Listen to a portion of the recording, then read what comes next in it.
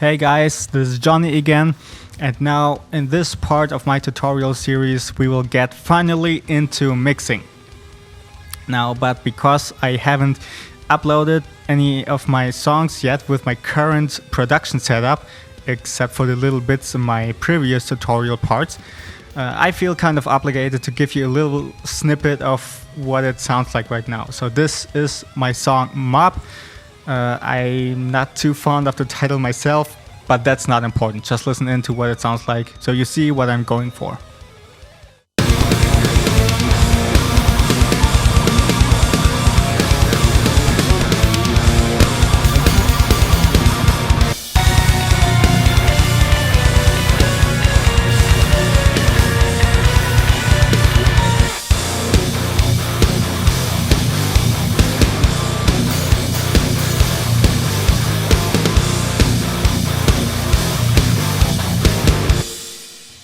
So this song is completely mixed, completely mastered now. This is how it sounds like later on in the album. So I turn on isotope. I bypass all the mastering effects in here, because now we are concentrating only on the mixing part. And if I bypass all the individual effects in here, I still can take a look at the spectrum as I play. You see, if I bypass the whole thing, the spectrum freezes, but I still need it, so I can take a look later on what I still need to concentrate on in the frequency range. Also, as you can see here, I lowered the input volume. That's because when I'm mostly done with all the mixing and it's still a bit too loud and tends to clips at some points, I do not want to apply all the volumes and all the tracks in here, so I take the easy way and just lower the input. Bam, finished. So we turn this off right now. Oh wait, I'm gonna bring up the volume again because the mastering stage raises the volume a great deal. So, but now that it's all off, I'm gonna bring back the input volume again so we can hear it more clearly. So turn this off. But again, I advise you, as you produce your songs and also as you record your stuff, make sure nothing is clipping. Not on your audio interface, the clipping light should never light up. Also on the input meter, the clipping light should never light up, and also on the output meter it should never light up. Just keep it all in the green, because we are working here in the digital realm and digital clipping is very unpleasant. So let's start off in here with the rhythm guitars, probably the most important thing in metal. So we already covered the drums. Here it is again.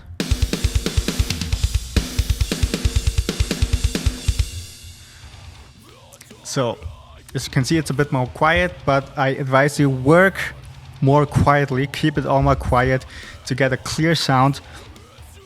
And we will raise the overall volume in the mastering stage. The first thing I tell you is I got the main rhythm guitars in here, the dark orange tracks.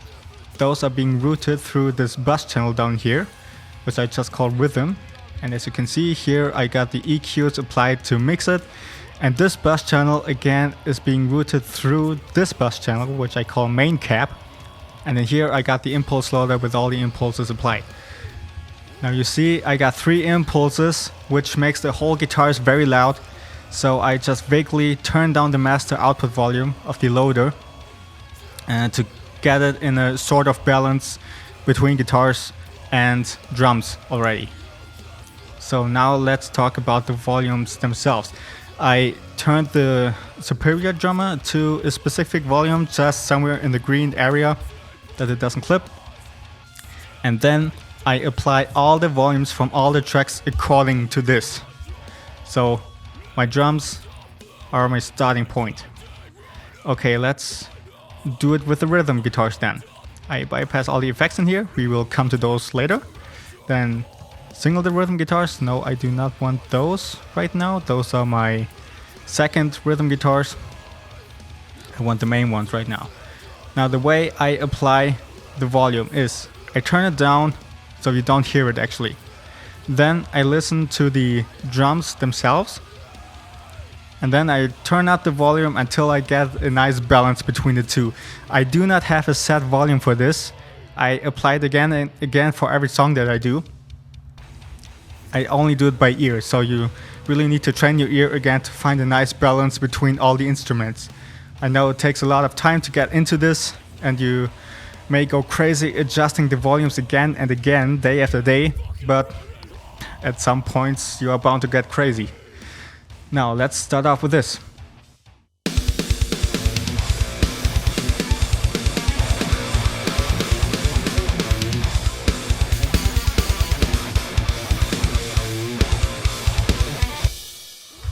Now as you can see, now as you saw, I went from somewhere at -2 dB to +3 dB just to get to know how it sounds like in the different volumes, to have it more quiet or more louder. And it seems 1 dB seems to be a nice balance for this one now. Again, this is just this song, this mix, I put it to 1 dB. In every other song it may be very different. Now let's come to the EQ. Very, very important tool for mixing. Wait, first of all, as you can see, I got a tuner in here. That's only if the tuner button on my X3 is acting up and not doing what I want to do. I always keep a tuner in there so I can tune my guitar. Also, another advice, before you record your stuff, wash your hands, clean up your strings, tune your guitar, and make sure nothing is clipping. Then you can play nicely and everything sounds clean. Then I got a gate in here, just to clean up some shorter pauses in syncopated riffing. Unfortunately, in this song, I do not have any one of those sections. Something like this.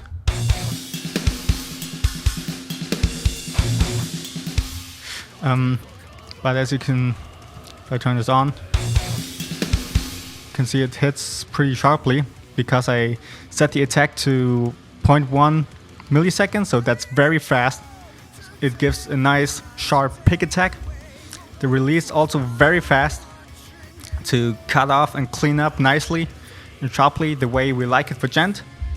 Analysis, don't bug your brain with this because most other gates and other DAWs probably don't even have this function. So important parameters are attack, release, and threshold. The hold in here we can put to 0. And now, as you apply attack and release, you apply the threshold to a nice balance again that you cut off nicely, but not cut off too sharply that it starts to sound unnatural, and also that you still have enough sustain for other kinds of riffing that you're doing. So again, you need to find a good balance in there. If you can't figure out a good balance, then what you can also try out is put up the release a bit more, probably to 100 milliseconds.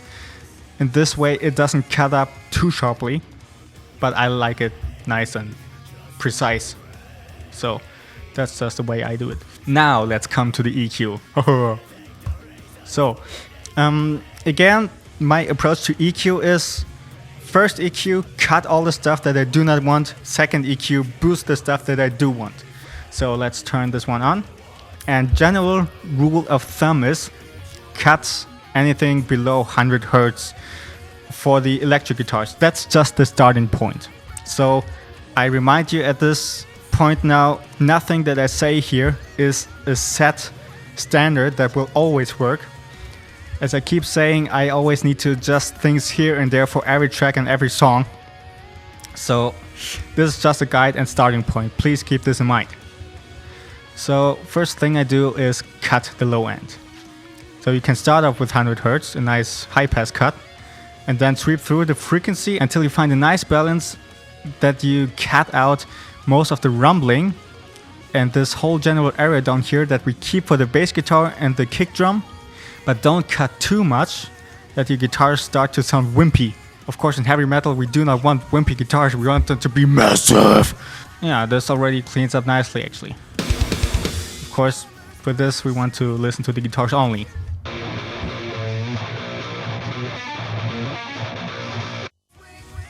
Also, if you got your studio headphones on now, or you have good monitors, you also notice more of the difference in there. What I also forgot to mention, I like to use the auto gains function of the EQ, because as you lower a frequency or as you raise a frequency, you also lower or raise the overall output volume of the track. So, and the auto gain function adjusts this accordingly. So in this way you don't only hear something being lowered or raised, but you hear more of the tonal effect it has on the instrument. And I like this very much because then you can really work better with it. If your EQ doesn't have this function, don't worry and don't kill yourself. All the principles I talk about here still apply. You then just have to adjust the output volume manually. Also, as you work with EQ, make sure the ceiling of the EQ, the 0 point ceiling, is not being hit, because this again can create clipping. Remember, red light clipping bad.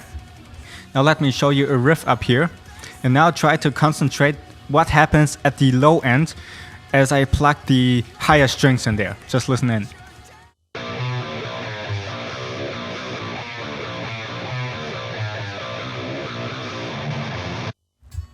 You notice with the higher strings there's suddenly a lot of boominess coming in there that we also do not want. That's because here I didn't use the Mesa Boogie triple rectifier amp simulation of the X3, but the PV5150, which has a lot more low end. So again, the procedure to identify annoying frequencies is, right here you can already see what I did. You just pick a frequency, boost the volume, and sweep through the general area where the problem seems to lie. And for this, I identified it to be pretty much precisely at 100 Hz. So I lowered this one. Now you may wonder why I don't just put up the cut up there again to get more control on this. Remember, when I put the cut too hard, it already tends to start sound wimpy when I put it in this area. So in this way, especially with low tuned guitars, you still want some of the massive low end to get some fullness in there, you know? Okay, now let's concentrate more on the higher section. So let's go back to the first riff.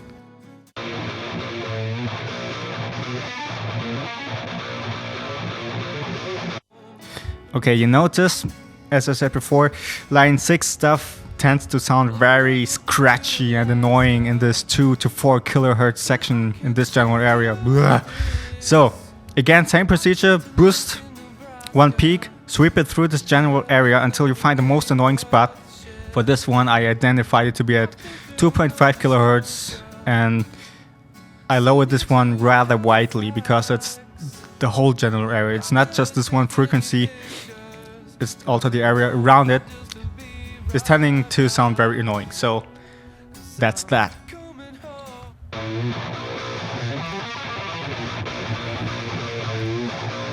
As you can see, this already cleans up nicely. Now what we still want to apply is a bit more control on the fizzy section up there. What you can do is apply a low shelf filter. This would cut everything very hard what's above it, but make sure you don't put the cut too low, because then it starts to sound dampened. So what I like to do is just apply a simple slight high shelf filter. Gives more control of the hiss up there.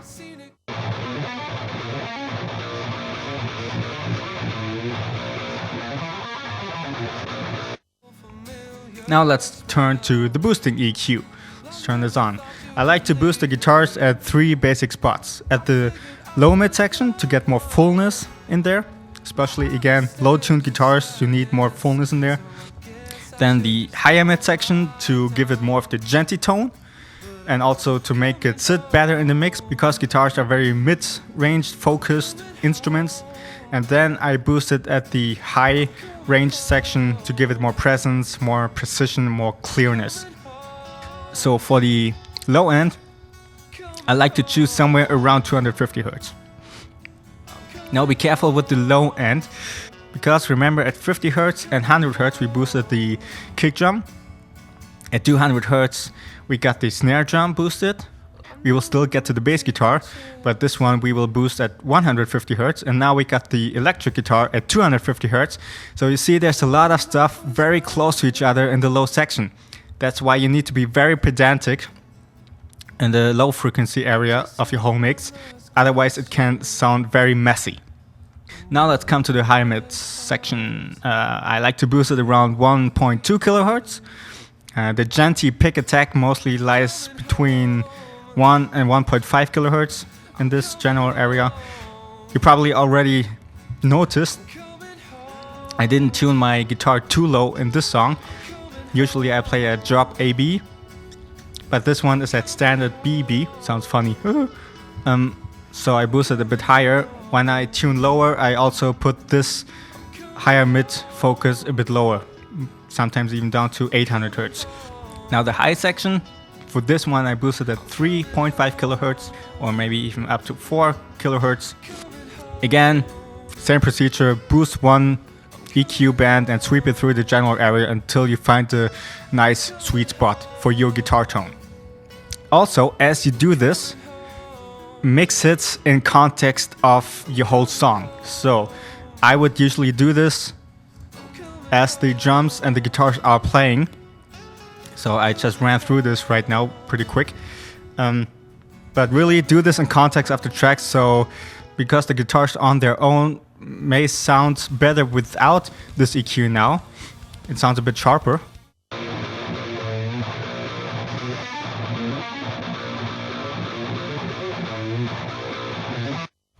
But trust me, with this EQ, it sounds way better in the mix, in the whole context of the mix. So make sure you also train this. Again, there you need to train your ear to focus on one instrument and one frequency of the instrument to mix it accordingly in the whole song. And of course, this takes time and training. And at some points you will freak out, probably, like I did. So, but this is already it for the rhythm guitar. As you can see, I do not apply any compression to the rhythm guitar because they are distorted. They are already pretty much compressed and have a lot of sustain. And also, palm muted stuff tends to sound louder than open note stuff.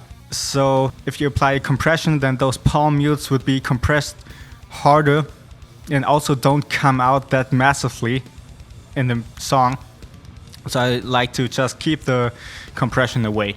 Okay, that's it for the electric guitar, and then next time I will talk about the bass guitar.